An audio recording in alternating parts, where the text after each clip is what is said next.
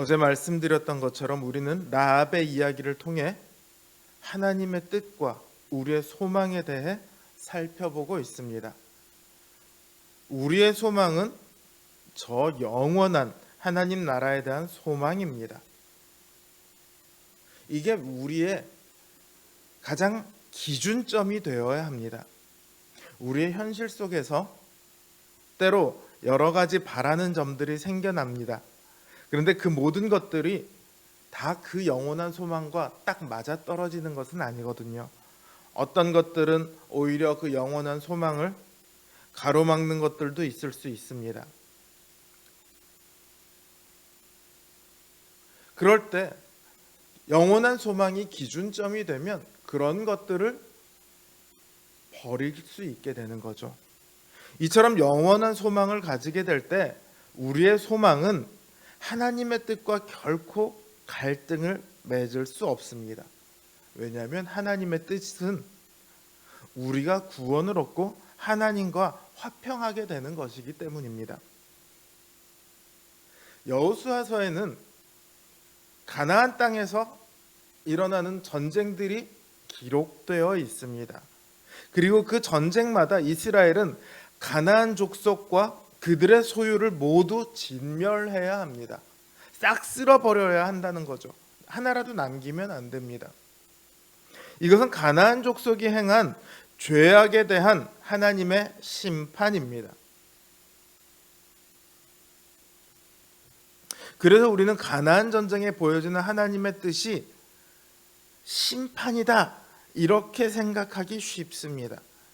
그러나 라합의 이야기는 그게 아니라는 것을 우리에게 보여줍니다. 자, 오늘 본문에서 정탐꾼들이요 여호수아에게 돌아가 그들의 당한 일을 모두 고합니다. 그들은 그러면서 뭐라고 얘기하냐면 여호와께서 그 온 땅을 우리 손에 붙이셨으므로 그 땅의 모든 거민이 우리 앞에서 간담이 녹았습니다. 이렇게 말을 해요. 근데 이 정탐꾼들이 움직이는 경로를 가만히 보면은요, 사실 이 사람들이 많은 사람을 만나지 못했어요. 이들이 여리고에 들어가서 라합의 집에 유숙을 합니다. 그 라합의 집에 유숙하기 전에 얼마나 많은 사람을 만났는지는 모르겠어요. 근데 성경의 기록만 따지고 보면 그들은 여리고에 들어가서 라합의 집에 유숙하러 들어갔고요. 성문이 닫히고 나서 라합이 창에서 줄로 매달아서 내려줬고요. 그 길로 산으로 들어가서 숨었다가 그러고 나서 돌아왔습니다. 성경의 기록대로라면 라합만 만난 게 되고요. 혹시라도 더 많은 사람을 만났다 할지라도 그렇게 많은 사람을 만나지는 못했을 겁니다. 그럼에도 그들이 하나님께서 온 땅을 우리 손에 붙이셨다, 그 땅의 거민들이 우리 앞에서 간담이 녹았다 이렇게 말한 것은 라합의 고백 때문이었습니다. 라합은 하나님이 어떤 분이신지 그리고 하나님께서 이스라엘을 위해 어떤 일을 했는지를 자신들이 모두 들었고 모두 간담이 녹았다 이렇게 말을 했거든요. 이 말로 인해 이 정탐꾼들은 하나님께서 그들에게 온 땅을 주셨음을 확신할 수 있었습니다.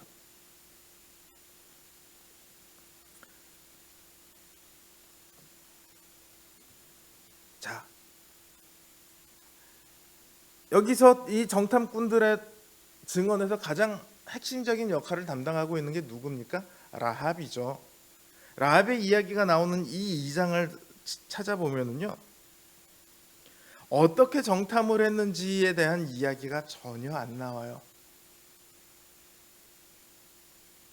민수기에서 정탐을 한 내용과 거기서 차이가 납니다.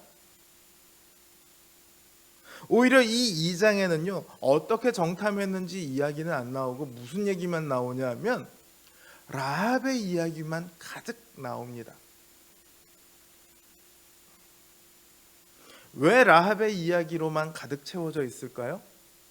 라합의 이야기가 하나님께서 이 전쟁을 통해 원하시는 것을 고스란히 보여주고 있기 때문입니다.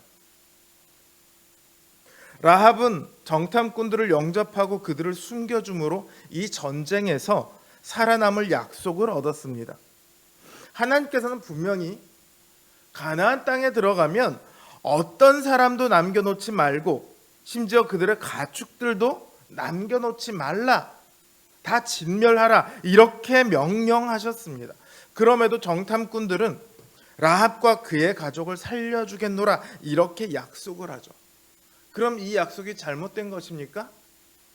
아니요. 성경은 전혀 그렇게 이야기하지 않습니다. 성경은 라합을 믿음으로 의롭게 되었다, 이렇게 표현을 하고 있거든요.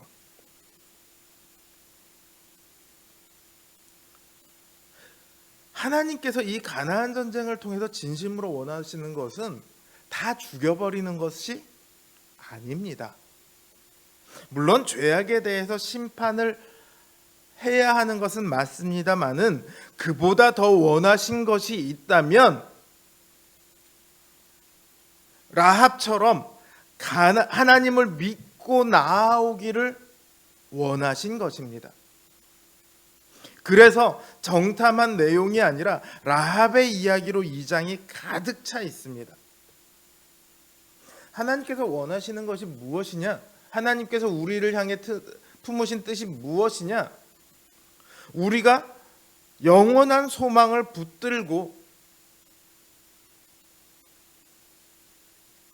산 사람이 되기를 원하시는 거예요. 살아나게 되기를 원하시는 거예요. 우리가 가져야 할 영원한 소망하고 하나님께서 원하시는 뜻이 완전하게 일치를 합니다.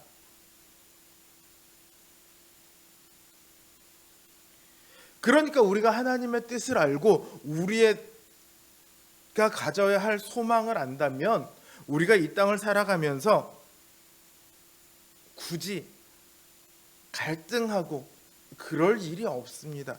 우리의 마음을 여기 기준에다 맞춰야 하는 거죠.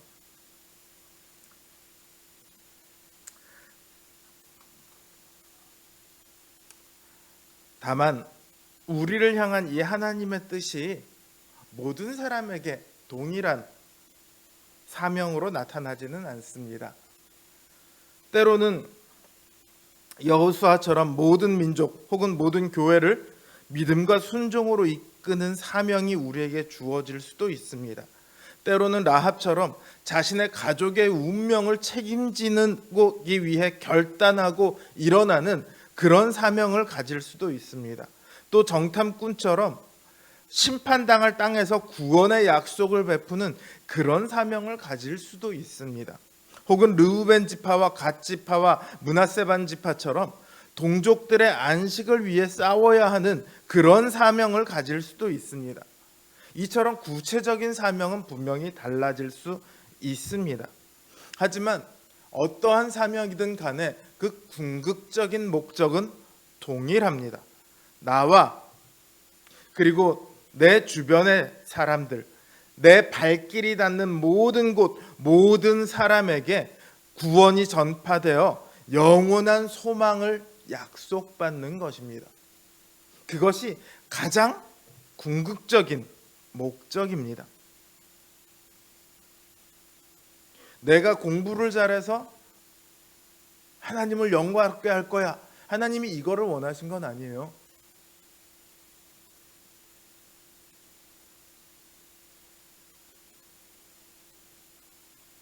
하나님께서 정말로 원하신 것은 그거를 가지고, 공부를 열심히 했으면 그걸 가지고 사람들을 어떻게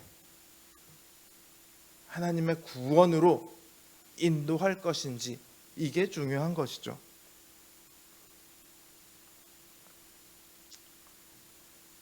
우리의 모든 생활 속에서 이 놀라운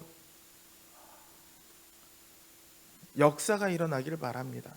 우리와 닿는 모든 사람들에게 영원한 소망의 축복이 일어나도록 믿음과 순종의 걸음을 걷는 저와 여러분 되기를 우리 주님의 이름으로 기원합니다.